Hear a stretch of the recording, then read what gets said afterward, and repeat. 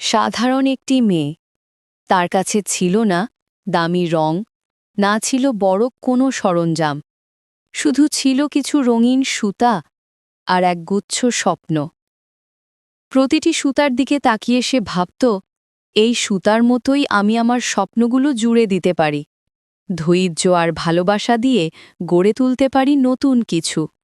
শুরু হলো তার যাত্রা। প্রথমে জড়িয়ে গেল আঙুলের সুতো, কখনো ভুল হলো, কখনো গিট আটকে গেল, কিন্তু সে থামল না। ধীরে ধীরে প্রতিটি ফোড়, প্রতিটি বুনন নতুন আকার নিচ্ছিল। মেয়েটির চোখে ভেসে উঠতে লাগল তার স্বপ্নের ছবি। রঙিন সুতোর জালে তৈরি হতে লাগল একটি টেবিল ম্যাট, একটি উষ্ণ শাল, আরও কত যে সুন্দর সাজসজ্জা। লোকজন অবাক হয়ে বলল, এত সুন্দর জিনিস তুমি কিভাবে বানাও?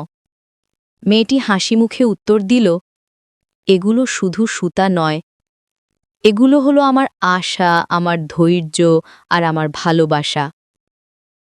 তার প্রতিটি সৃষ্টি যেন এক একটি গল্প, যেন জীবনের প্রতিটি মুহূর্ত সেলাই হয়ে গেছে শিলুপে।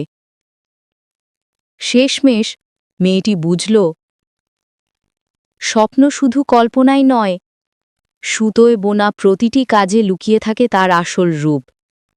এটাই শিল্পের জাদু। অল্প কিছু দিয়ে গড়ে তোলা যায় অসীম সৌন্দর্য। এমন সব আর্টিস্টিক গল্প শুনতে সাবস্ক্রাইব করুন রুহিজ আর্টিস্ট্রি। ধন্যবাদ।